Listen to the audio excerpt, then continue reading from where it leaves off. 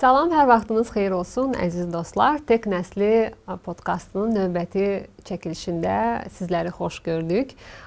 Qeyd edim ki, Tek Nəsli podkastına 4-cü Sənaye İnqilabının Təhlili və Koordinasiya Mərkəzinin, eləcə də Women in Tech təşkilatının birgə əməkdaşlığı çərçivəsində baxırsınız.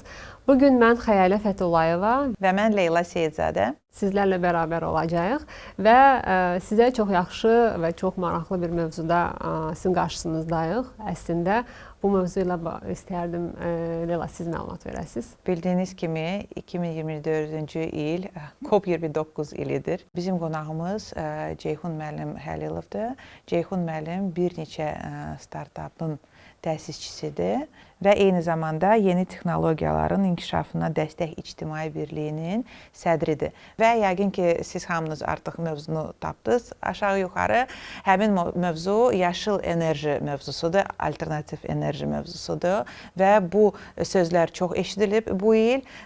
Amma yəqin ki, yenə də suallar qalıb və ona görə də Ceyhun müəllim bugün buradadır və bizim suallarımıza cavab verəcək. Ceyhun müəllim salam, xoş gəlmisiniz.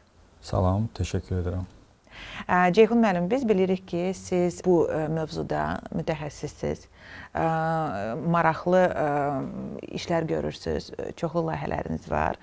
Amma bizim, yəni ki, Tek Nəslinin podkastının məqsədi həmin bu bilikləri belə deyək, daha geniş auditoriyaya ötürməkdir və ona görə də ona baxmayaraq ki, biz sizlə belə deyək, kosmosa qədər maraqlı suallar verə bilərik, müzakirə edə bilərik. Mən istəyərdim ki, biz çox belə deyək də təməl suallardan başlayaq və mənim ilk sualım anlayışlardan başlayacaq.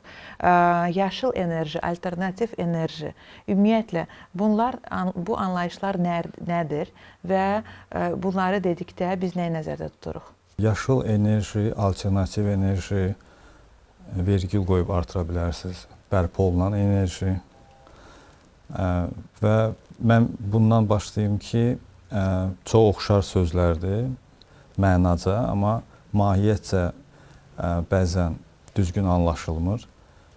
Belə ki, enerji sahəsində çalışanlar və o fundamental bu sahəni bilənlər daha yaxşı bilir ki, alternativ enerji sözü qəbul olunur, amma bərpa olunan enerji sözü qəbul olunmur. Niyə? Çünki ümumiyyətlə enerji bərpa oluna bilməz.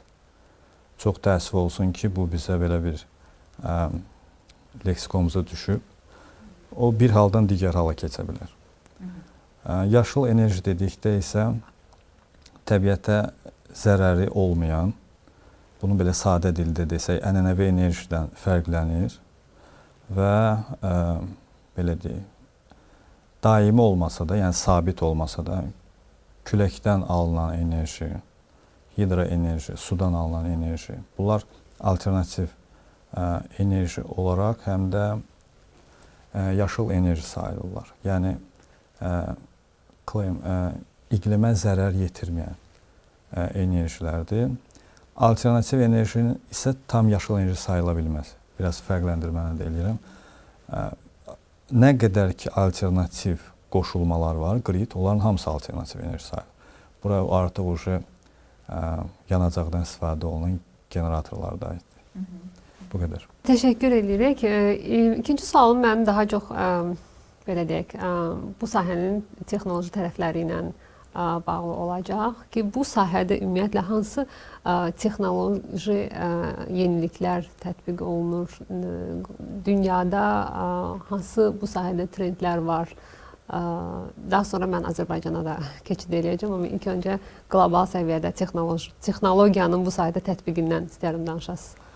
Multi-idarə etməyə daha meyillilik artıbdır və bilirsiniz ki, alternativ enerji mənbələrindən hər hansı bir formada istifadə qayda, deyək ki, külək generatoruna ya günəş panellərindən istifadə, daha da digərlərində adını çəkmək olar. Bunlardan istifadə on-grid və ya off-grid qaydada olur. Yəni, birbaşa qoşulma və ya enerjini depolayıb sonra istifadəyə yönəltmə.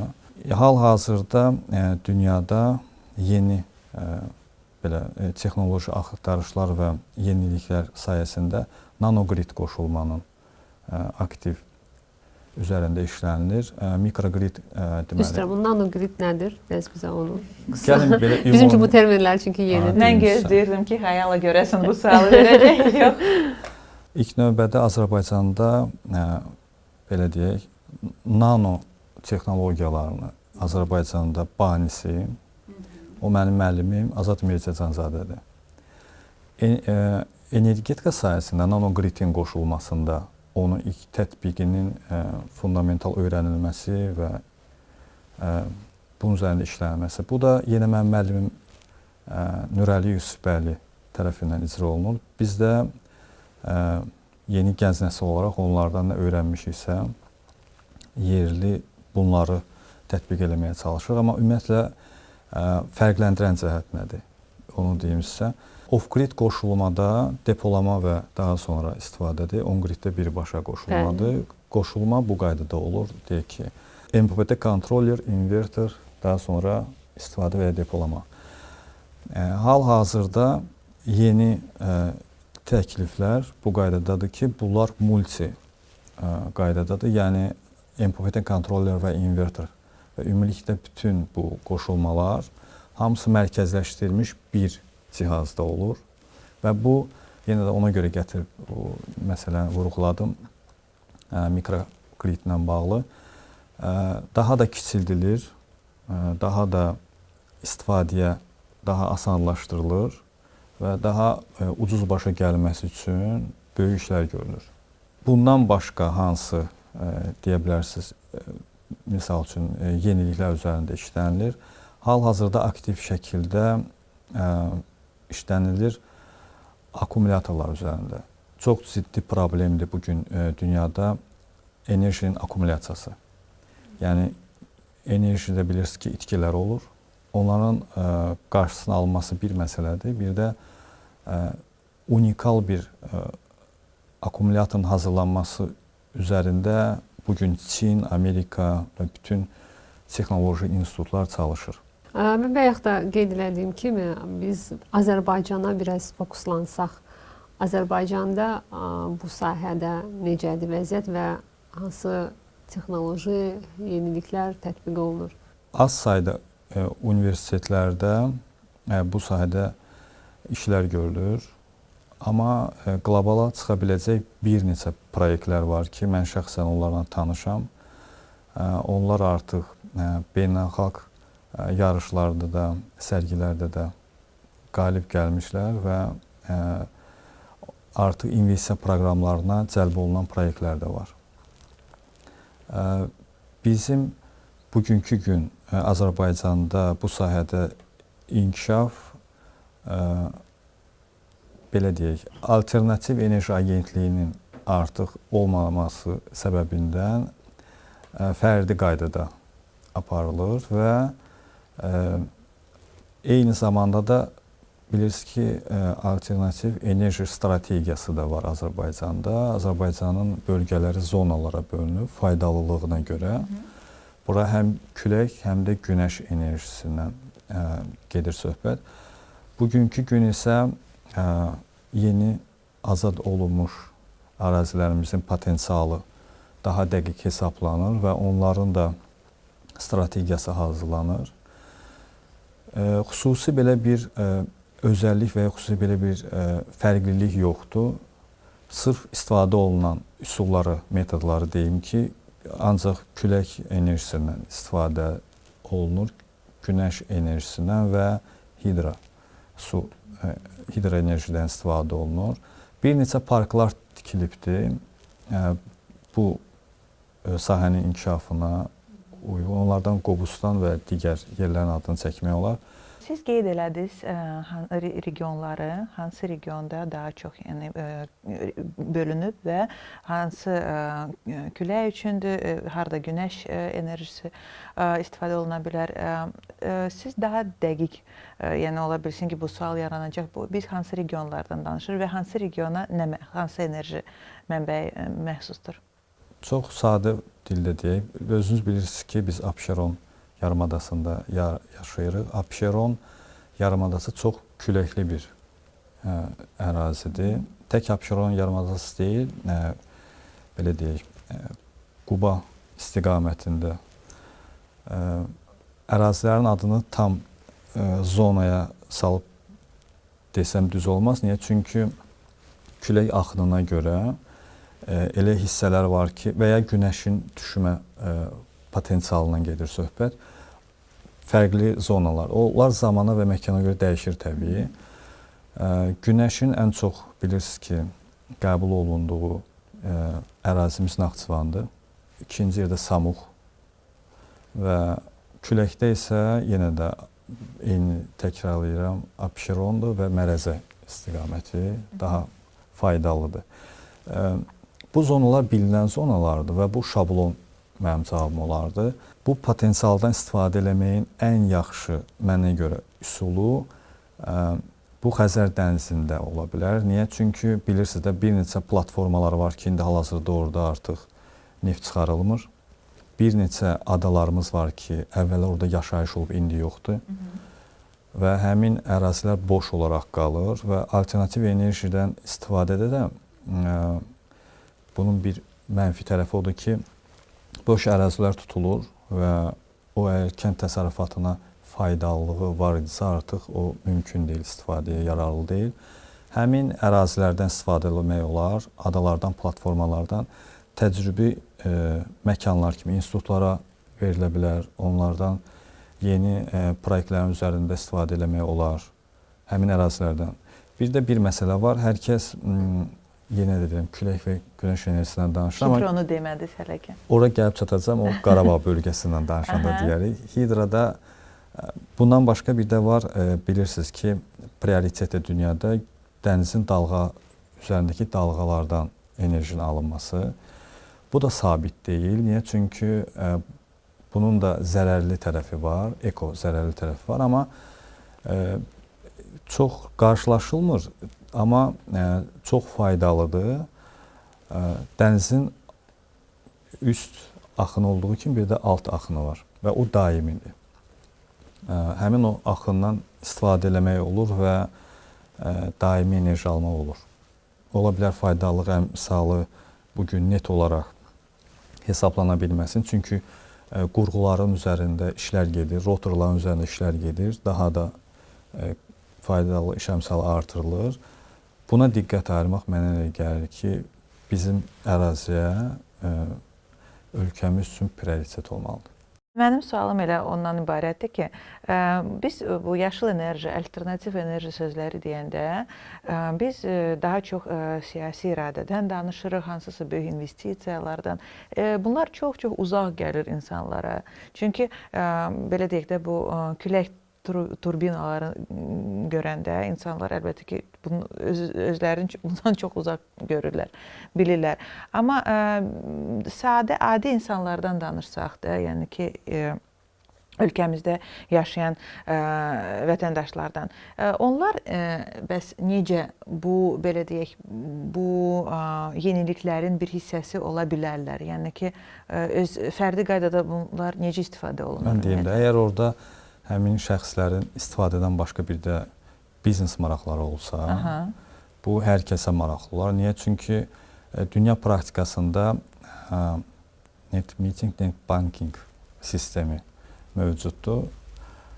Enerji istehlakçısı enerji istifadə etdiyi qədər enerjini belə deyək, istehsal olunduqdan sonra yerdə qalanını dövlətə satır. Bu dünya praktikası belədir. Bizdə və ya depolayır. Məsələn, bu necə bir primitiv misal? Məsələn, mən vətəndaş olaraq bunu necə edə bilərəm? Evimdə, üstündə panel qoya bilərəm. Primitiv misal deyim sizə, siz qazdan istifadə edirsiniz, işıqdan. Orada sizdə sarğac var və sarğacdan nə qədər istifadə edirsə, o qədər göstərir. Burada isə siz iki tərəfli sarğacdan istifadə edirsiniz və aldığınızda, sonra istifadədə, sonra geri qayda dövlət tərəfindən sizə qarşılanmalıdır. Bu dünya praktikası belədir. Bizdə bunun hüquqi bazası işlənilir. Cənab Prezident tərəfindən fərman qəbul olunubdur ki, istehlakçıların, aktiv istehlakçıların bu işləmə mexanizminə dəstək. Daha sonra Baş nazirin sərəncamı var. Hüquqi baza var, amma qanun bazası ki, hansı ki bu qanuni qüvvəyə minibdir və artıq icra oluna bilər. Hələ ki o tətbiq olunmur, hazır deyil və o hazır olandan sonra artıq biz o mərhələyə keçəcəyik və şəxslərin də artıq bu sahədən də pul qazanması mümkün olacaq. Belə bir şey deyim, misal üçün İtaliyanı misal götürək, Orta de Garda şəhər var və o biraz tam dağların əhatəsində olmasa da, belə deyək, biraz da düzənli ərazilər var. Orada fabriklər, xüsusi fabriklər var. Həmin fabriklərin demək olar ki, fabrikin ərazisi deyək 10 hektardır. Düşünə bilirsiniz, onun tamamən üzəri günəş panelləridir. Və bizə maraqlı olmuşdu, bir 6-7 il bundan qabaq biz soruşurduq ki, yəni siz bütün enerjinizi özünüz təmin edirsiniz, çox yaxşı, biz də istəyərdik ki, bizdə də belə olsun. Onlar bildirirdi ki, bizə getdikcə, artıq bu sahə inkişaf elədikcə, burada artıq vergilər də artır və düşünün, o dövrdə 25% idi istehsal olunan enerjinin dövlət ödənişi. Vergisi 25%. İndi 75%-dir. Daha çox hissəsi 75% dövlətə verilir və 25% istifadəyə yönəldilir. Və bunu ona görə vurğuladım ki, əslində dövlətə bu maraqlı olmalıdır ki, gələcəkdə də bu sahəni inkişaf elətdirib, daha sonra bu sahədən hər mənada faydalanmaq olar. Ölkənin enerji sərfiyyatını təmin etmək, həmçinin o sahədən də dövlətin büdcəsinə müəyyən bir gəlir gəlmək. Bu normal haldır. Bilirsiniz də, dünya praktikasında da elə bu belə tətbiq olunur. Ümumiyyətlə, maraqlıdır. Biz 4 sim olaraq da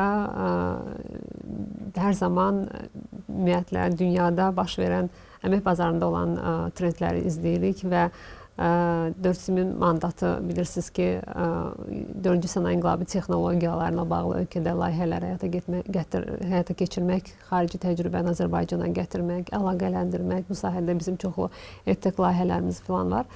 Mənim özümə də maraqlıdır ki, yaşıl sahədə, yaşıl enerji sahəsində əmək bazarında vəziyyət necədir?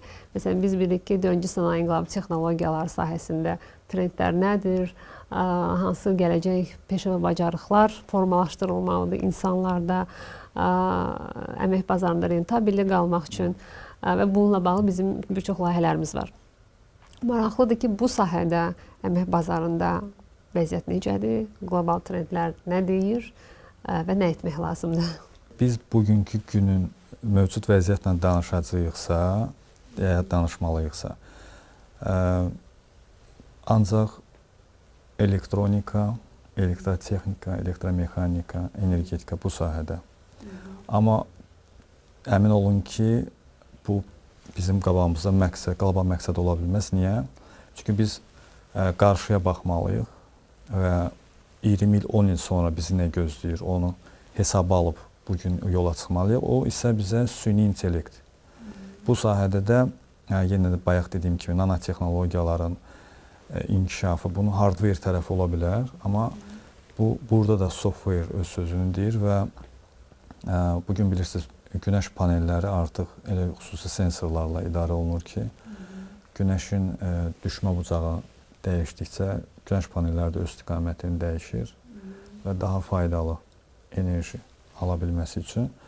Bundan başqa da data bazanın yığılması, hesablanma və analitik tərəfini gələcəkdə. Bu baxımından bu sahənin məhz AI tərəfi, süni intellekt tərəfində gənclərimizin yetişməsi bu yaxşı olardı. Gələcəkdə, yəni dediyiniz kimi bu sahədə çoxlu texnoloji tətbiqlər olur, yeniliklər baş verir və onların idarə olunması üçün mütəxəssislər lazım olacaq. Çünki mütəxəssislərin yetişdirilməsi bu önəmlidir.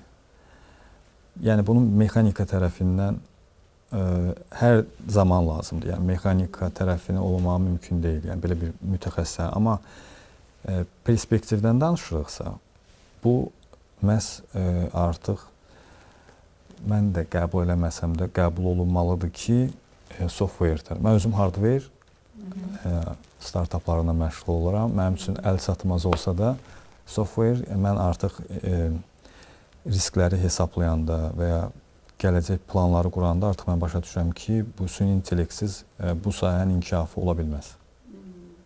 Yəni biz nəyisə izləməməliyik də, biz nəyisə qabaqlamalıyıq. Bu da ancaq süni intellektlə mümkündür. Bu süni intellektlə bağlı dediniz, vurğuladınız. Bu süni intellekt necə tətbiq olunur? Harda və necə tətbiq olunur bu sahədə? Bu sahənin analitika sahəsi var, sonra databaza hissəsi var. Ümumiyyətlə, mərkəzləşmiş idarəetmədə databazanın olması çox önəmlidir. Gələcək həm problemləri analiz etmək ötəri və qarşılaşacağımız problemlər və ümumiyyətlə hesabların da çıxarılması. Biləsiniz ki, günün 24 saatında, yəni günəş panelini götürək. Günəş paneli faydalılıq saatı var. Bəli, günəşin aksiya olduğu o da saatlar. hər saatda eyni deyil. Bəli. Bir də o özünün də istifadə elədiyi bir enerji. Daha sonra bəzi təcrübi işlər görülür ki, onların hamısı məhz bağlanır analitik rəylərə. Bunların hamısının hesablanması, düzgün çıxarış verilməsi, bunlar hamısı süni intellektə bağlı bir məsələlərdir və özümün qarşılaşdığım çətinliklərdən belə bir çətinliklərdən artıq nəticəyə gəlmişəm ki, məsələn mən özümün istifadə etdiyim invertorlarla yanaşı artıq registratorların da qoyulmasını ki, özünün xüsusi memori kartları var və artıq gün ərzində baş verən bütün prosesi ora yazır və biz sonra onu analiz edə bilirik il ərzində. Daha sonra gələcək atılacaq addımlarda bu tək mühəndislik tərəfi deyil. Faydalılıq tərəfindən başqa bir də bunun iqtisadi tərəfləri var. Hər bir qurğunun özünün bir də xidmət məsələləri var. Yəni sadəcə günəş panelini yerləşdirdik, enerjini aldıq deyil. Akkumulyatorun da bir müddətə qədər ömrü var. Günəş panellərinin özünün də vaxt keçdikcə belə deyək, istifadə müddəti Amortizasiyası var, bəli. Onun üzərinin bilirsiniz də qış vaxtı qarnın örtülə bilir. Yüksək temperatur fərqinə görə artıq sıradan çıxa bilir və xidmət deyəndə bir də onu nəzərdə tutmuruq ki, onun özündə təmizləmə məsələsi var. Məsələn, bunun avtonom qaydada necə olunması və bu kimi digər məsələlər bugün prioritet məsələdir ki, analiz olunur. Dediyim, bu danışılan hər bir şeyi ümumi götürəndə çözümün ən yaxşı yolu süni intellekt. Mən süni intellekt mühəndisi olmadığıma görə daha detallı ola bilər, bunu cavab verə bilməyim, amma mən dəqiq bilirəm ki, süni intellekt mütəxəssislərinin işidir. Bu məsələlərin daha tez diaqnoz olunması və analiz olunması. Yəni sistemin hər hansı bir qərar verəndə ki, necə edək, hansısa bir qərar üçün mütləq qaydada o dataların belə deyək də analizi, təhlili və bəli, daha yaxşı həll üçün istifadə oluna bilər. Leyla xanım sizi ilk təqdim edəndə dedi ki, siz həmçinin bu sahədə bir neçə startapla bağlı işləriniz olubdu və ölkəmizdə də son illər bilirsiniz startaplar üçün daha yaxşı şərait yaradılıb və uğurlu startaplar yaranmağa başlayıbdı və mən bilmək istəyərdim və Kopeli olduğu üçün də yəni hər kəs artıq ideyalarda startap yaradanda düşünür ki, necə edim ki, bu mövzuya toxuna bilim, töhfəm olsun, mənim startapım belə deyək, iqlimə, ətraf mühitə təsir mövzularına aid ola bilsin. Bu sahədə ümumiyyətlə startap yaratmaqla bağlı mən sizin həm təcrübənizi, həm də fikirlərinizi almaq istərdim ki, gənclər bu sahədə startap yaratmaq fikrində olanlar, ideyası olanlar nə etsinlər, necə başlasınlar, nədən başlasınlar? Qeyd edeyim ki, bizim ictimai birlikdə bu enerji mövzusunda və COP dediniz, ümumiyyətlə də ekologiya sahəsində də 16-ya yaxın startap var, hardware startapı. Bunun 8-i məhz enerji mövzusundadır. Öz startaplarımızdan 1-2 layihənin adını çəkim. Bilirsiniz ki, zamanında bizim alimimiz Yusuf Məmmədəliyev ən yaxşı təyyarə yanacağı yüksək oktanlı təyyarə yanacağı icad etmişdi və onun ixtirasına faydalanıb təyyarələr daha Alman təyyarələrindən daha yüksəyə qalxa bilmişdi və uğur əldə eləmişdilər. Üstəlik də aşağı temperaturda donmurdu bu deməli yanacaq. Düzdür, o Nobel medalı ala bilməmişdi ki, o sirr açılmasın. Daha sonra da biz Sovetlər Birliyində olduğumuza görə o məsələ qaldı. İndi isə yerli mütəxəssislər biz raket yanacağı ortaya qoymuşuq ki, bu ümumiyyətlə 3 raket yanacağı növü məlum olanlardan ki, biz istifadə edirik. Onlardan bərk və maye halında olan yanacaqlar var. Bizim ortaya qoyduğumuz yanacaq parafindən alınan yanacaq. Parafin istehsal eləyirik və yağlıq dərəcəsi dünyada istehsal olunan bütün parafinlərdən daha aşağıdır. 0.28. Məsələn, Rusiyada 0.87-dir. İranda daha biraz ağırdır. Bu P1 növüdür. Pişəvoy parafindir, həm də medikal. Bunun həm kənd təsərrüfatında istifadə olunur, həm medisinada. Bizim raket yanacağında bu cür parafin istifadə etməyimiz raketin yanacağının yandığı zaman ətraf mühitə daha az CO2-nin atılmasına səbəb olur. Bu isə bugün ən önəmli prioritet məsələlərdən biridir. Çünki bilirsiniz ki, biz kosmik dönəmə addımlayırıq və bu sahədə startaplar, bu sahədə layihələr çox önəmlidir. İkinci startapımız isə invertorlu elektrik regulatorudur ki, o da öz növbəsində reaktiv tokları filtr edə bilir. Bu da enerjiyə qənaətdir və bugün çox aktual məsələdir. Daha sonra gənclərimizə məsləhət olaraq bugün alternativ enerji mənbələrinin öyrənilməsini tövsiyə edirəm. Niyə? Çünki var yeni bir model ortaya qoymaq, var yəni yeni bir üslubdan gedirsə, var hansısa bir mövcud bir proyektin daha da asanlaşdırılması. Çox təəssüf ki, bu ikinci qeyd etdiyimə gənclər yönəlibdir və faydalı model olaraq görürlər. Daha asana görə. Niyə? Çünki ümumiyyətlə startaplar belədir də, daha tez inkişaf etməkdə olan bir biznes modelidir. Məhz bu hardware startaplarının software startaplarından da elə ona görə fərqləndirir ki, software startaplarını elə ideya mərhələsində sata bilərsiniz deyək ki, amma hardware startaplarında bu belə deyil və əksinə faydalılıq məsələsinə gələndə isə hardware startaplarının faydalılığı daha çox olur. Mən bunu belə düşünürəm. Mənlə də ola bilər kimsə razılaşmıyor, amma mən bunu belə düşünürəm. Və bu ən böyük məsləhət yenə də bayaq vurğuladığım kimi mümkün qədər süni intellektə fokuslanılsın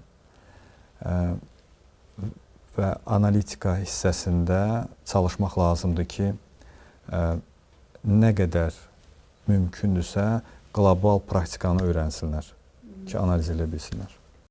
Çox sağ olun, çox maraqlıydı. Məncə bu mövzuda biz saatlarla da danışsaq yetməz.